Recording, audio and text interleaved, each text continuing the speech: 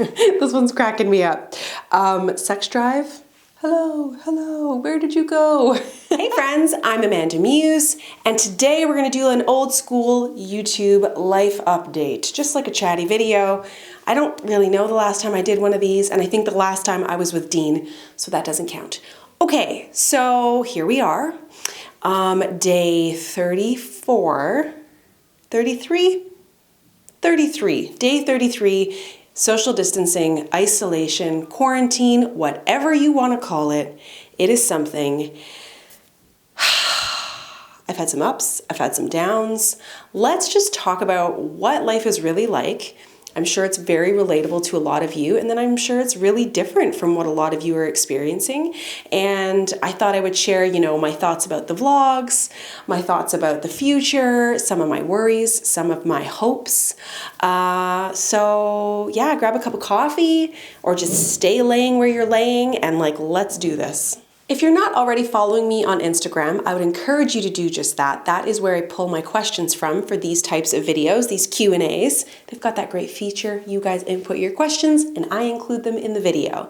A couple of things I know to be true. The fact that I have a family with me as we social distance and quarantine is very fortunate. So I know that there are many of you who are alone and that isolation is very painful. There's so much that's happening in this time. So at no point in this video do I want to project a message that's feeling ungrateful for anything. But I think it's important to recognize that you can feel two things at the same time.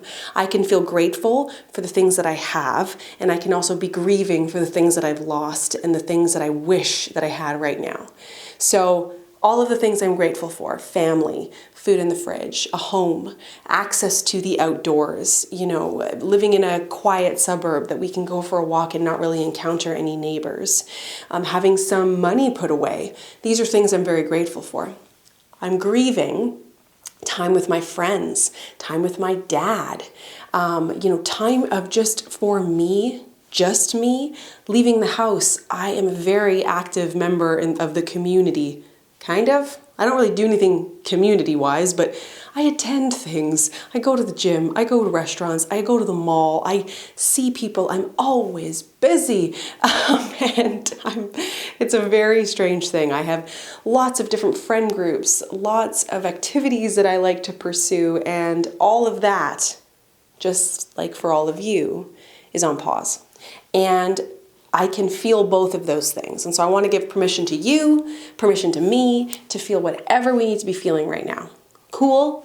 So now that that's off the table, the reality is, where am I? Where am I at?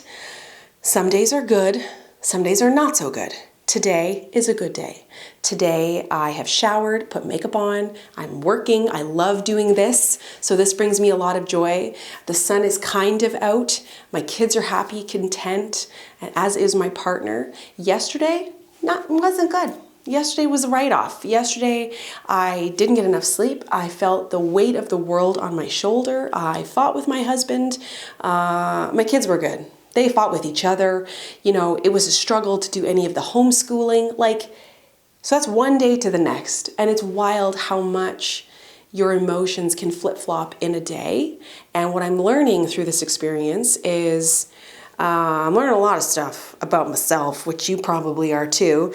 It's not anything we really want to be learning, but we're forced to sort of examine things about ourselves. But I'm also learning to be patient with myself. I'm trying to be very patient with others. Sometimes I'm less patient. All of the uncertainty, all of the anxiety, the fear, the grief, the sense of loss, the loss of control, right? There is so many emotions tied up into all of this.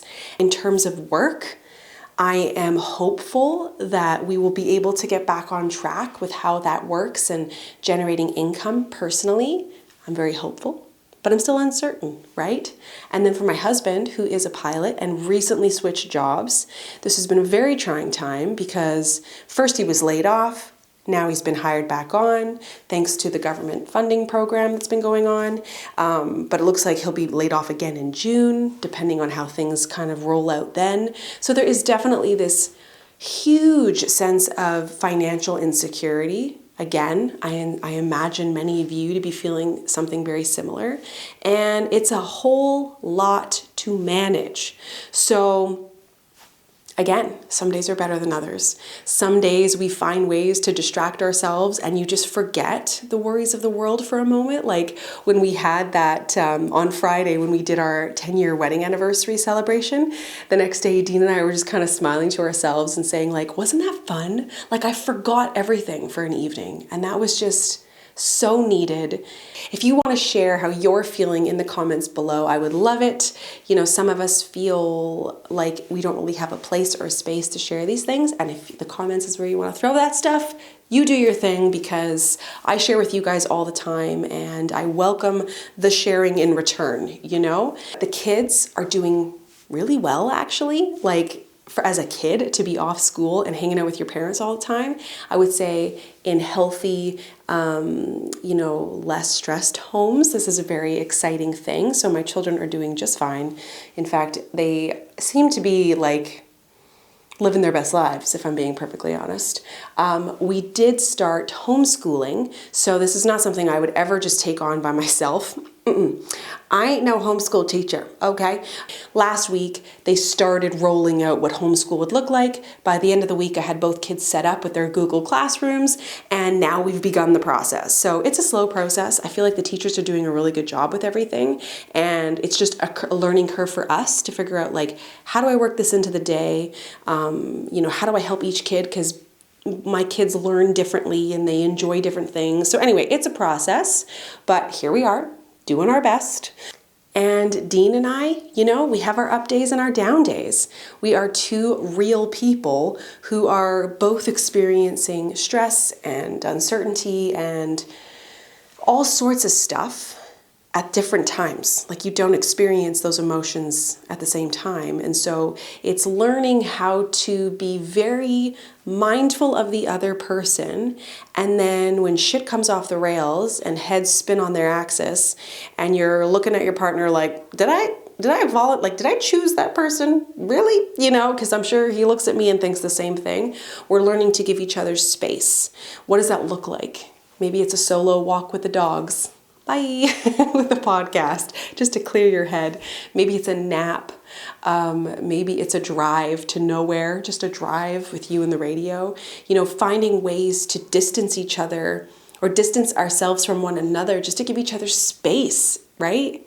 It's not normal to be with anyone like on house arrest. This is not a normal feeling, and to not feel like you have an outlet. So, we're navigating it the best we can and finding moments to, show love and appreciation for another person and have wonderful moments, but then also be like, I've had enough, I need a break, like regular people, right? And I never want to give off some illusion that we like have our shit perfectly together or that we dislike one another. I don't know. Like, it's real life. It's a real relationship. It's 16 years with another person. So ups, downs, in-betweens, laughs, tears, you name it, it's been done.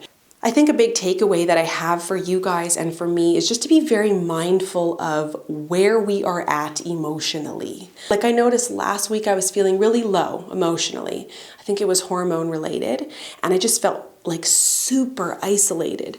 And then I realized, like, all these people were doing Zoom calls and having all this wonderful time with friends, but I wasn't doing any of that. And I was like, what is happening? Like, I was just waiting for this special invitation. And then it dawned on me, girl, send out the invitation. So I set up a few Zoom calls, and I've got one tonight, a little girls' night, and I'm looking forward to it. But I find, like, if you're not getting the calls, this is your friend telling you to set up the Zoom call. Just do it. Because I guarantee it's not intentional. You're not being left out intentionally. I just think that people have a certain bandwidth emotionally right now, and it ebbs and flows as the days come and go. Do you have a daily schedule? So this is from Morgan's Beard. Yes, I do. I have my Fitbit set to wake me up at about 7:30 every morning. This is just, even if I go to bed late, it's a good time for me to wake up. Gives me a chance to have coffee by myself. I read the news. I then play on my phone with Instagram and TikTok and whatever. And then breakfast. And then I settle into visiting with the kids as they wake up. Then I do some work. Then I take a break. I get dressed or I do a workout. Lunch, get back to work. Spend some time with the kids, get back to work. So I take lots of little breaks, but I definitely spend a lot of time in my office doing work.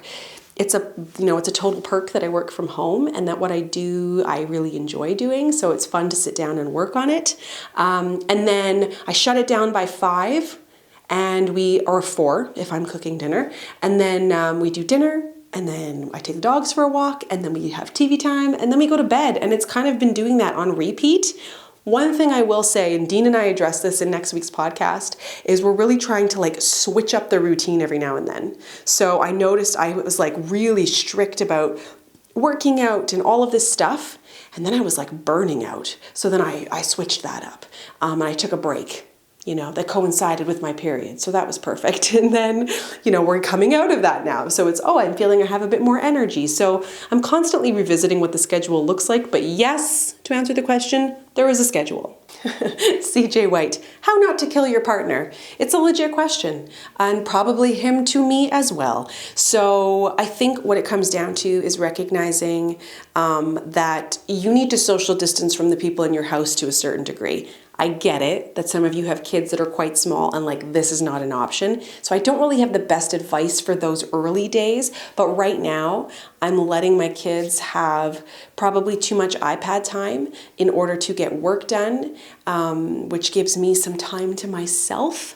And let's be honest, when your needs are being met, okay, let's speak for myself. When my needs are being met, I am less of an asshole. That's about it. So I'm trying to be respectful of what Dean's needs are and give him the space to do it and pick my battles. Like, did you see my Instagram story when there was like a giant pot on my deck? Well, it sat there for like 5 days. And I was like, I have to start giving zero F's about it, I don't always get it right though. So sometimes it's just go to bed a little angry. You don't need to finish the fight and start new in the morning because it's weird times and anxieties and stressors are popping up in weird ways. And who better to get frustrated with than the people you're with all day? So it's not easy. Have patience, friends. Have patience. Nisa at 10:30 was saying how to struggle with mom guilt about screen time. I cannot find our balance. I don't think that there is balance right now. And I think that it is about time that we just let some of that mom guilt go. Dean and I have spoken about this before. Like, I'm not suggesting you spend 10 hours on your iPads all day, obviously. But I think if there were ever a time in the history of iPad time that you were going to just let shit slide, this is it. Like, I don't care right now, honestly, because that 2 hours on your iPad after breakfast, if that lets me get some work done, which then provides me or allocates me with an hour for us to do a fun activity, we're all winning. How I'm breaking up some of that iPad time is some board games, reading books, just going for a walk, sharing a meal, having a snack, but like sitting down with the kids and having a snack together. Those little things seem so small, but it's fun. Also, let your kid have a bath midway through the day. That's a fun way to break up the day. There's all these little things that you can do to really break it up, and I find it helps. But I think it's time that like that mom guilt's got to go. We are wearing so many hats right now that, you got to keep the train on the tracks a little bit here, and we just have to just stay the course, and life will get back to normal. I don't know when, but when it does, so can your routine, and so can some of those rules around iPad. It's tricky, man. I don't have an answer. I guess that's what it comes down to. I just don't have an answer about that because I just think this is a strange time, and that's it. Molly Anson was wondering, how do you keep motivated every morning? Does it dwindle? It does. I've learned something about myself that if I don't work out between 11 and 1, it's not happening for the day. I'm not an afternoon workout person, and I'm also learning to let the judgment of myself, just let it go, like it's not a big deal. You are still a good person, Amanda. You are still a beautiful person. You are still a strong person. You still care about yourself, even if you didn't get to work out today. It's a weird thing. I'm not proud of those thoughts that I'm having, but I'm learning to manage them. And it does dwindle. Like I find right now I'm recording and it's getting later into the afternoon and I get hungry and I need a coffee. And I'm learning to just roll with the tide of the day a little bit. As it dips, I just let it happen. I'm learning to be a little bit more relaxed with myself. I'm learning to not be as much of a doer, although I very much still am, but it's a lot for me to just be like, it's okay. We're going to do a puzzle for the next hour, but it's okay. Like it really is. So I'm a work in progress, but then I start fresh tomorrow. If I didn't get everything done today, I have tomorrow, right? Miracle 1784 was wondering, how do you talk to your kids about COVID-19? I'm just very real with them. So I explain what it is. We had a really nice conversation, like addressing some of the concerns, because I noticed I went on a walk with Esme the other day and there was some signs on a house and we didn't know what it meant. And she got very overwhelmed that now there was coronavirus in our neighborhood and it could come to our house. And so then we really broke it down, like, how is it transmitted? What would happen if you got it? Let's really break that down, because I know for me, some of my biggest concerns is the unknown. So, okay, if you got it, what would happen? Well, you would call your doctor. They would probably do this test. Then you might have to stay in your room for 14 days. Some people get really sick and they go to the hospital and da-da-da-da-da. So if you really break it down, all of the unknowns are answered. And you've got some answers to a certain degree, right? But I would say give them the benefit of the doubt. They can handle more than you think. Their little brains work just like yours work. They just need some of the answers and some of the questions filled in. So I'm just being very honest. However, I'm not sitting there reading them the news every day. I don't have news on the TV blasting where it's constant fear mongering, It's limited. It's life as usual, business as usual, and if there's questions and we touch base, we answer them truthfully. There's a couple questions about my diet and working out and snacking. So here's the real deal. I put on 5 pounds. I haven't missed a meal or a snack in 32 days. Not that I make a habit of missing meals or snacks, but generally I'm like a little bit more on the move, I'm moving a little bit more. So I'm just being chill about it. Do I feel slightly frustrated? A little bit, but I'm thinking it's not actually related to the weight. It's related to all the other things that are happening, like I just want to leave the goddamn house and see people. So that is what I'm frustrated about. And if I got a little bit more of a juicy booty at the moment, well, so be it. Nobody seems to mind, so it's fine. I'm not really worried about calorie intake at the moment. Like I'm not going overboard. I'm trying to stay away from sugary drinks because I know I want to have a glass of wine with dinner. So it's a balance. And what I am trying to do, except when I'm like on my period and feel like life is coming to an end, but I'm trying to move my body every day, go for a walk. If I don't have like full energy for like a bouncy, jumpy workout or like kettlebells, I'll do a yoga video on my laptop or whatever. So I'm really just trying to incorporate movement, trying to get my steps in, that kind of stuff. This one's cracking me up. Sex drive. Hello, where did you go? She was asking, sorry if it's too personal, but she noticed that her and her friends have noticed that like their sex drive is really low.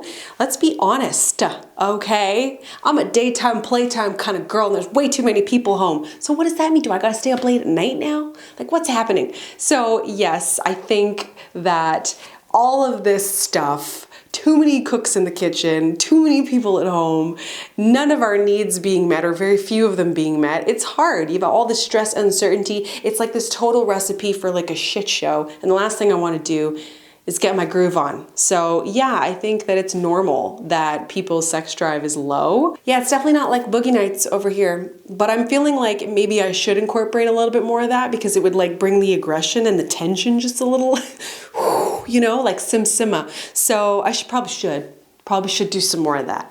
It's real life though. So I feel you. I know I see all these videos of like, oh, quarantine babies. I'm like, those are all going to be firstborn babies. The last thing I want is more children in this house. Are you kidding me right now? Like, no. You know what I mean? We're good. We are good, good, good. And the last question is about bedtime. Her kid is refusing to sleep at an appropriate time. Anyone else? Oh my God, yes. I feel like we're in summer rules right now. In the summer, I'm totally chill about bedtime. The sun goes down. I just don't care. It is starting to weigh on me a little bit. Like I wish we had more of a routine right now. But like today, my kids got out of bed at 10:30. So that was really nice. So I don't know. It's weird. It's weird. Like I tried to get really strict on bedtime the other night and it backfired, and I had kids up in the night and it was like musical beds because stress is showing up for them in a different way, and everybody just wants to be like, you know, family sleep pile at the moment. So I think, you know what, it's another thing. Like there's so many things right now that I'm like, okay, girl, I know in your mind you would like it to go one way, but everything, the world, everything has other plans, and it's time for you to just chill out. That's probably the biggest thing I'm learning about myself right now, is how much that a lack of control impacts me. I spoke about it in a podcast episode recently. I'll link that below. It's the fear of losing control and the lack of control and how that's manifesting within me. So there's a lot of that I'm just letting go.